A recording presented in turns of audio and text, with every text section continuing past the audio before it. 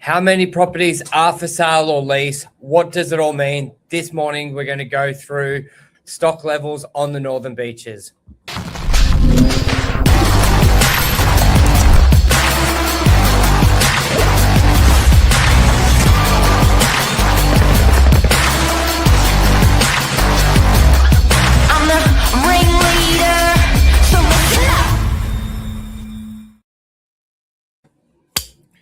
Good morning, everyone. Welcome to Morning Minutes. Myself, Michael Burgio, Josh Wapshott, episode 1704.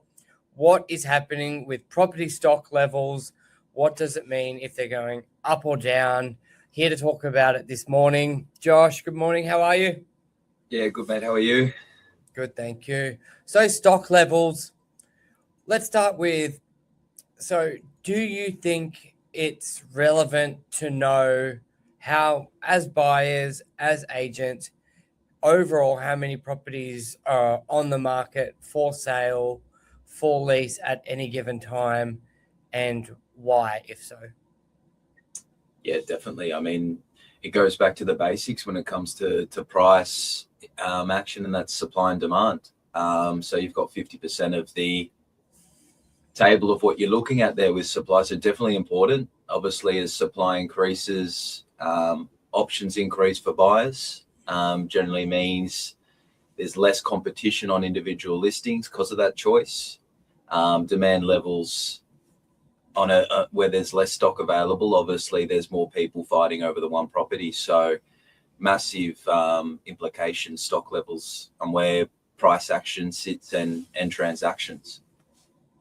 And I think that's a very good point. Like, yes, you look at overall stock levels, that's going to have, that's sort of like a macro view of it. All the Northern Beaches, sale and commercial. You may only be looking at 2-bedroom apartments in DY or single level houses in Cromer. Now, you can obviously get a lot tighter view. So I'll show this, like, to give you an idea, I've tracked since, let's see if I can go all the way back. Yep, there we go. Since 2016, just going off Real Commercial and realestate.com, I've tracked how many properties are for sale and for lease. I actually had the years prior, but we lost it when the computer got a virus. So that's very disappointing. I always mention, I'm very annoyed I lost that couple years data. But as you can see here, you've got for sale 220, for lease, and then it goes through where you see trends. And look, drops down to 110, and then you come on to commercial market. And I'll tell you what stemmed, why I started tracking this was almost a bit of, not frustration, but we would have like our meetings internally and everyone would just throw around, oh, it's busy, stock's great, or it's tough out there, a lot of stock. And there was no sort of data to back it up. And maybe this is why I sort of love commercial property. It's all data and numbers. I liked, if I'm telling a client or colleagues, like, there's a lot more stock out there, I want to know the numbers. I want to say it was 500 last month and now it's 600. There's a 25% increase. That's where it's at. Because I kept always hearing like the same thing. And it's like, well, it can't always be up or like, so I was like, let's track it and get a good, and it's been great because especially when talking to owners out there about pricing for property, it really shows you the trends. Like, let's look at it the last 3 months to be as an example. Like, we've had some big shakeups with the proposed budget announcements, but let's have a look at residential. Is that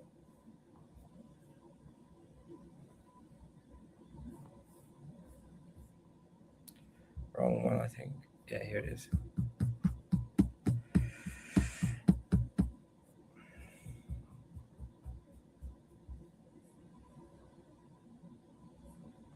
That's annoying. While we're waiting for that to load, I think what probably brought up this conversation this morning was exactly one of those conversations amongst the team at the sales meeting. We generally go over stock there, and current levels around, I think, 755. Whereas over the last sort of 3 to 6 months, stock at a minimum has been towards that sort of 900 up to 1,000, 1,100 on market at one time. So I think based on what we're seeing in the market, it's probably Brazilian owners who can push through the difficult times and are looking to reposition any selling process in a more favourable market. Start to obviously see less come up for sale, and more of those sales are, because they need to move, whether it's job related, family related, or downsizes in the market. You'll generally see it's more of a need than a want in regards to seller behavior at the moment. Yeah. And I think the last 123 days, when we put in the text, the amount of sale properties on the Northern Beaches has decreased from just under 1,000 to 750 properties. So what you can read into that, and that's basically post-budget, either a lot of people have, I don't want to say rushed to sell. A lot of properties have sold very quickly in the out view that things are going to be worse in 6 to 18 months. So just let's lock in a buyer now. You could also assume a lot of people have said, let's just sit and wait. Let's see, there's a lot of potential movements. And whenever there's instability in the market, it tends to hurt pricing, not help. So, but we have seen a bit of a decrease. Like we went through the new development that we're selling, a unit that just we had one sold through another agent at 1,260,000, and we had sold the level above for 1,375,000 a month ago, and the other level above had sold for like 1.5. So that's nearly $250,000 drop in the last 3 months for residential property, which is absolutely massive. And those units, same floor plate essentially, weren't they as well? Like for like. All three prices I just gave were all the same layout, which is insane. Like level 5, level 6, level 7, and the level 7 one sells for $250,000 cheaper. But in positive news, as you said, with supply and demand, it's almost like a seesaw up and down. With 25% of the market coming out, there's going to be less properties for buyers to choose. So as there's always buyers, regardless of any market, that are brought into the market because of death, divorce, disputes, and family growing, regardless of the market, good and bad, these families and people still need to buy a property. So right now is a great time compared to 3 months ago when there were 1,000 properties to choose from. Now, on the flip side, we got the rental market, which is a little bit of a shock. We were sort of like thinking, is these numbers correct? Because in the last 3 months, we've seen a 30% increase from 370 properties for lease to like 550 properties for lease. It's like 29%, which is a massive increase. Now, I just checked the 5 years prior. There's always an increase from March to June, July, maybe around 10%, not 30. Oh. So, Josh, what do you think's happened out there that having this data can see this trend? What do you think is the cause of this trend? Yeah, we were speaking about this before. Like the only thing that makes sense in my mind is a move from owner occupiers into the rent vesting space. Now, obviously, having a tenant in place, contributing to that mortgage outgoing, you're going to find it cheaper to actually rent that out, rent where you want to live, than say living in the property and paying the mortgage itself. I think we're talking about a 2-bedroom unit, but what you're paying on a mortgage there, anywhere between, if you're borrowing $1 million, you're looking at anywhere between $6,000 to $7,000 a month on a P&I over 30 years. I mean, you've got houses that you could essentially rent at a cheaper rate than a 2-bedroom unit. I think $4,000, $5,000 a month, you get a house. Yeah. So I'm thinking like it has to be the only way. I mean, I don't see, and I'm definitely in the sale front up front, I've definitely seen investors, sort of vacate the market. I haven't had any investor really transact residentially with me over the last couple of weeks. So that's why I was a bit head spun. I'm like, are we sure this data is correct? And I think we've all anticipated since the budget that we expect rental to get tighter, more expensive. But yeah, it's a bit of a surprise, this one. What's your take on it, Burge? There could be a combination of, with like taking into account just how tough it is financially out there for everyone, there may be a trend of people moving in with each other.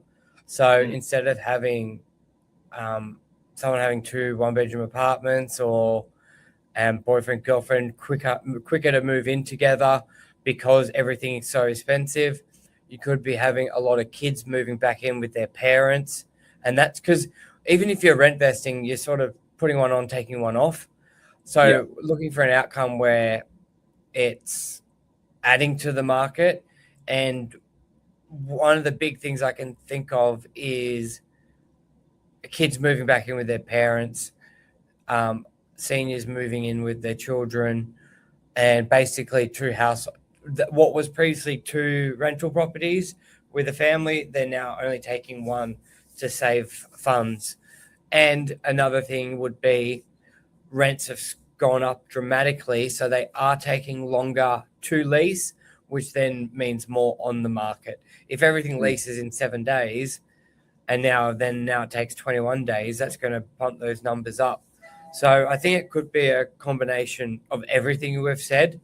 But I definitely think, taking longer to lease because pricing is higher. Like strata fees have effectively doubled in the last, they've gone up 200% in the last 20 years. We did a morning minutes on that. Then you look at the negative gearing, you look at interest rates.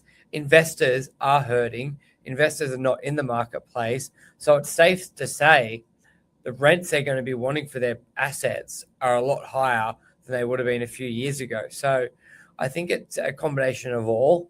And it'll be very, very interesting to see when we come into summer, where we typically get even more rental properties, if that holds true, or with all these budget proposals hurting investors even more, us on the ground seeing less of them in the marketplace, if we see that plummet again to under 300 properties for sale, which would be very interesting.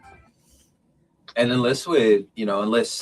because we are looking at the beaches data specifically, maybe we're seeing people leave the beaches in terms of people are moving a little bit further out for that affordability factor and transport in. I think that's probably another one. We sort of forget we're looking at the beaches individually, but that could be something where people start to move further inland and want to put that money towards holiday at the end of the year, a few extra groceries during the week, and it's like that at the moment. So wouldn't be surprised. And then another thing I wanted to note just on the sale front is with a lot of the residential stock, go have a look on realestate.com. Majority of the stocks up north, sort of Bayview, Newport, Avalon. I mean, there's a massive amount of stock up there for sale, and I wouldn't be surprised if that took up sort of majority of 20 to 25% of the stock on realestate.com for residential housing. So,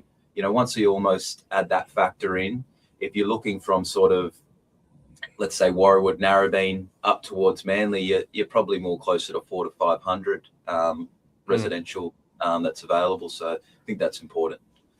And those areas are more your holiday areas. So that's people's things are tougher. Your second property. So if